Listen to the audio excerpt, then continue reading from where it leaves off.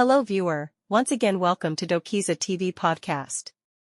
Just to remind you, our focus areas are education, leadership, and governance.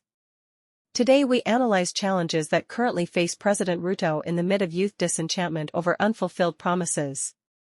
We have titled today's topic as follows: The Peril of Power, How President Ruto's Yes Men are Leading Kenya Astray. The Peril of Power, How President Ruto's Yes Men are Leading Kenya Astray. President William Ruto came to power on a wave of hope, a self-proclaimed hustler who promised to uplift Kenya's struggling masses. But barely 2 years into his presidency, that hope has curdled into disillusionment. The reason? A growing chasm between the president and the people, a divide widened by the very advisors and allies who were supposed to bridge it. The broken promise. Ruto's ascent to State House was built on a compelling narrative, a man of the people, rising from humble beginnings to challenge Kenya's entrenched political dynasties. He vowed to champion the poor, to govern with humility, and to listen. Yet, once in office, his administration swiftly pivoted to policies that seemed to betray those very promises. The Finance Act of 2023, with its slew of new taxes, was the first major crack in the facade. The housing levy, increased VAT on fuel, and other fiscal measures hit ordinary Kenyans hardest, precisely the people Ruto had sworn to protect. His economic team, led by loyalists who assured him the pain would be temporary, dismissed growing public anger as mere noise. They were wrong. The echo chamber of power. In the corridors of power, dissent is often the first casualty. Ruto's inner circle, Deputy President Rigathi Gachagua, National Assembly Majority Leader Kimani Ichung'wah, and a cadre of trusted advisors, became his primary sources of counsel.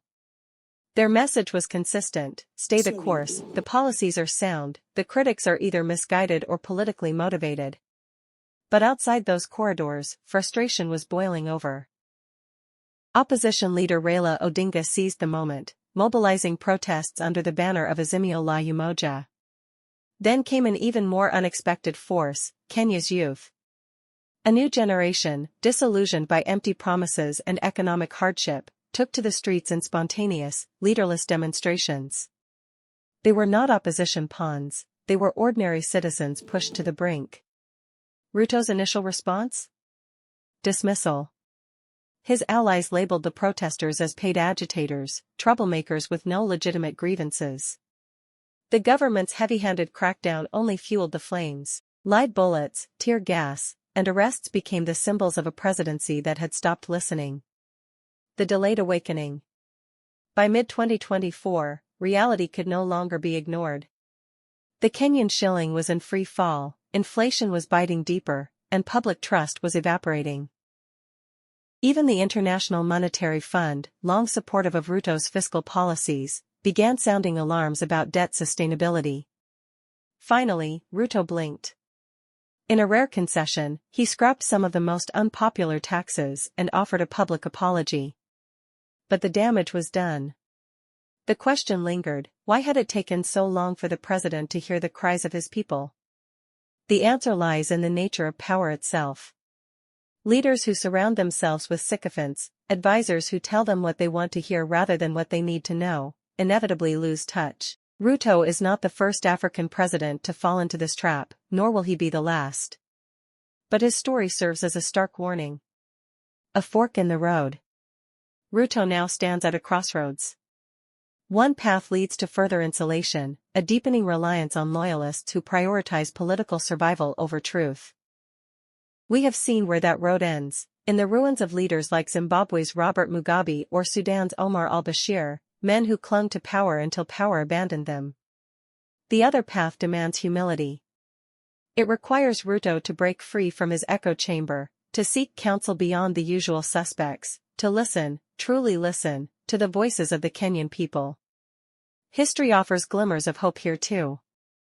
Ghana's Nana Akufo-Addo, facing backlash over economic policies, adjusted course and salvaged his legacy. Could Ruto do the same? The lesson for Kenya, and beyond: the presidency is not just about wielding power, it is about stewardship. A leader's greatest failure is not in making mistakes, it is in refusing to see them. Ruto's early stumbles need not define his presidency, but only if he learns the hardest lesson of leadership, that the most dangerous enemy is not the critic outside your door, but the flatterer within your inner circle. Kenya's future hinges on whether its president chooses to hear that lesson, before it's too late. If you like our podcasts, please hit the subscriber button below, it is free, and then like and share. Thanks so much for tuning in and see you in our next Dokiza TV podcast. Some of the protesters throwing rocks back at police. It's a dramatic scene.